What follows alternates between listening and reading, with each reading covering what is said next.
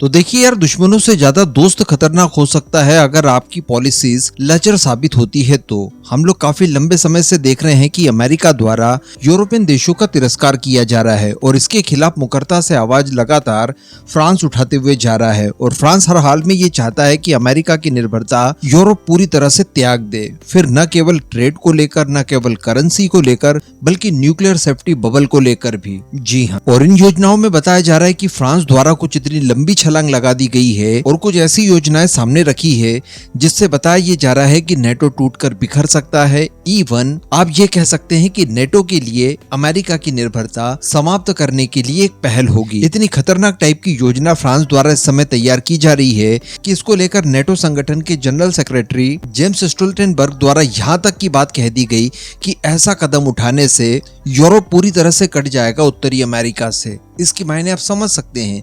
तो चलिए आगे मैं आपको बताता हूँ। इसी तरह की खबरों के लिए आप बस खंडवा डिफेंस फैक्ट को सब्सक्राइब जरूर कर दीजिएगा। देखिए, नेटो देशों की अगर बात की जाए तो नेटो के अंदर 3 देश ऐसे आते हैं जिनके पास न्यूक्लियर वेपन्स हैं। एक तो अमेरिका है, दूसरा है ब्रिटेन और तीसरा है फ्रांस। इसके अलावा अगर नेटो देशों की बात की जाए तो इसमें ज्यादातर यूरोप के देश हैं जो कि अपनी सुरक्षा के लिए पूरी तरह से नेटो के ऊपर निर्भर हैं और नेटो का नेतृत्व करता है अमेरिका। अब अगर न्यूक्लियर खतरों से निपटने की बात की जाए तो इसका दायित्व भी अमेरिका के ही कंधों पर है और पूरे यूरोप को न्यूक्लियर सेफ्टी बबल देने के लिए अमेरिका द्वारा जगह जगह पर अपने न्यूक्लियर आर्सनल्स को डिप्लॉय किया गया है। कहीं आपको टर्की में मिलेगा तो कुछ यूरोप के अलग अलग देशों में मिलेंगे। तो इस तरह से अमेरिका ने अपने न्यूक्लियर वेपन्स की डिप्लॉयमेंट करके रखी है।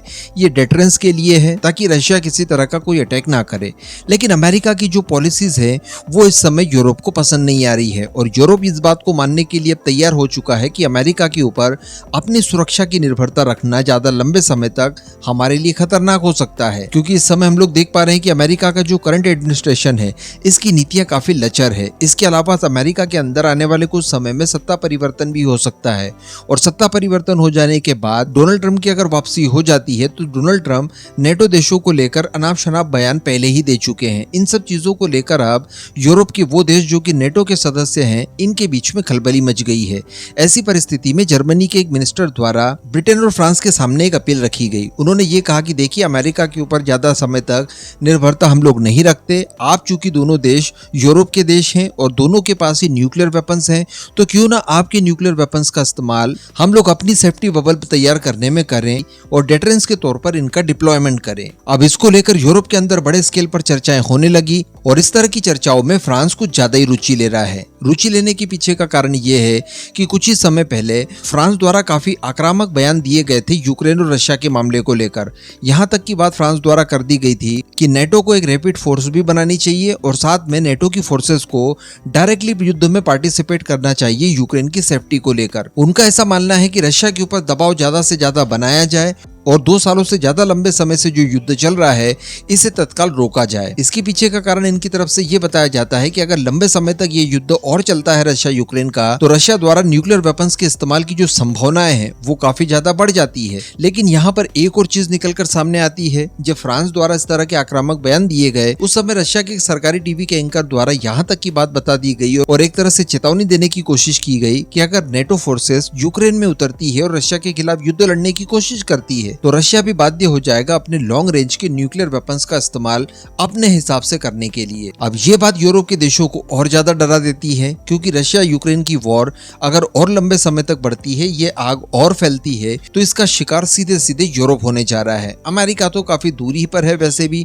और उसके पास अपनी सुरक्षा के लिए सारे इंतजाम है। ऐसी परिस्थिति में यूरोप पूरा का पूरा परेशान हो सकता है। अब इसके सॉल्यूशन के तौर पर फ्रांस ये चाहता है कि उनके पास जो न्यूक्लियर वेपन्स वगैरह हैं, जो उनके पास एयर डिफेंस सिस्टम्स वगैरह हैं, इनका विस्तार किया जाए और पूरे यूरोप के लिए इनकी डिप्लॉयमेंट की जाए। अमेरिका द्वारा जो डिप्लॉयमेंट की गई है या वो करेंगे, इसके ऊपर निर्भर हम लोगों को नहीं रहना चाहिए। और फ्रांस की तरफ से सुझाया ये गया है कि क्यों ना हम लोग 300 मिसाइलों का निर्माण करें, यानी 300 ऐसी मिसाइलें जो कि परमाणु संपन्न हो और दुनिया के किसी भी इलाके में वो अटैक करने के लिए सक्षम हो। और इसमें फ्रांस की मंशा ये है कि फ्रांस के द्वारा तैयार की जाने वाली SLBM यानी सबमरीन लॉन्च बैलिस्टिक मिसाइल्स, जिनकी रेंज 8000 से लेकर 10,000 किलोमीटर की है, यानी M51 मिसाइल्स, इनका डिप्लॉयमेंट किया जाए और पूरे यूरोप को इसके चलते एक सुरक्षा छतरी मुहैया करवाई जाए, क्योंकि फ्रांस की जिम्मेदारी अभी इस समय और भी ज्यादा बढ़ गई है। वैसे तो यूरोप के दो देश यानी ब्रिटेन और फ्रांस दोनों ही न्यूक्लियर वेपन्स रखते हैं, लेकिन कुछ समय पहले यूरोपियन यूनियन से ब्रिटेन अलग हो चुका है।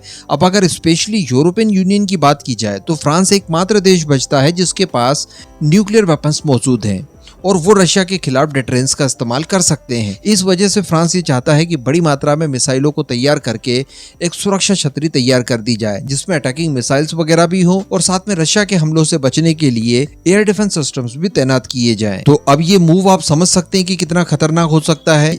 यहाँ पर सीधे सीधे फ्रांस ये चाहता है कि अमेरिका और नेटो की कोई जरूरत हम लोग अपने पास रखे ही ना, इनको पूरी तरह से अलग थलग कर दिया जाए। और आप खुद एक बार सोचकर देखिए कि अगर नेटो से सारे यूरोपियन देश अपने आप को अलग कर देते हैं तो बचेगा अमेरिका। तो ये एक तरह से ऐसे ही हो गया कि यूरोपियन देश मिलकर और स्पेशली फ्रांस नेटो संगठन से अमेरिका को बाहर फेंक रहा है, उसकी निर्भरता समाप्त करने की बात कर रहा है। तो जो चीज रशिया करना चाहता था वो एक्चुअली फ्रांस द्वारा किया जा रहा है।